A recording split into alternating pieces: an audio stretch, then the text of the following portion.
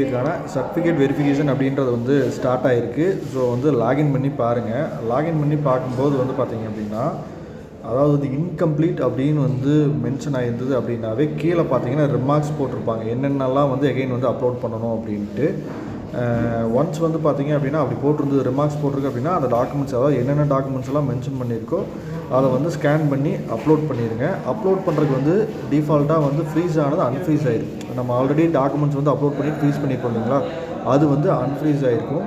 அதே மாதிரி வந்து இன்கேஸ் அதாவது வந்து உங்களுடைய ஸ்டேட்டஸில் இன் ப்ரோக்ரஸ் அப்படின்னு வந்து போட்டிருக்கு அப்படின்னா இனிமேல் தான் உங்களுக்கு வந்து செக் பண்ண போகிறாங்க அப்படின்றது அர்த்தம். ஒன்ஸ் வந்து பேக்எண்டில் வெரிஃபிகேஷன் வந்து ப்ராசஸ் ஸ்டார்ட் ஆயிடுச்சு அப்படின்னா இன் ப்ரோக்ரஸ்னு வரும். ஸோ மேபி 1 or 2 டேஸ்லையோ அல்லது 3 டேஸ்லையோ அல்லது 4 டேஸ்லையோ வந்து உங்களோட டாக்குமெண்ட்டை வந்து வெரிஃபை பண்ணுவாங்க. ஒன்ஸ் வந்து வெரிஃபிகேஷன் முடிஞ்சிருச்சு அப்படின்னா ஏதாவது வந்து பிரச்சனைகள் இருக்குது, அதாவது வந்து ரிமார்க்ஸ் இருக்குது அப்படின்னா இன்கம்ப்ளீட்னு வந்திருக்கும்.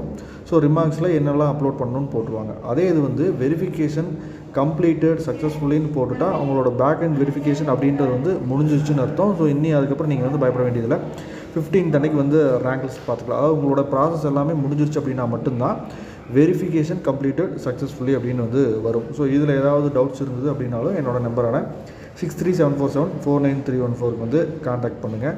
ஸோ இதை வந்து அப்பப்போ வந்து லாகின் பண்ணி வந்து செக் பண்ணிக்கோங்க. உங்களோட வெரிஃபிகேஷன் கம்ப்ளீட் ஆக வரைக்கும் வந்து அப்பப்போ வந்து ஓப்பன் பண்ணி செக் பண்ணிக்கோங்க.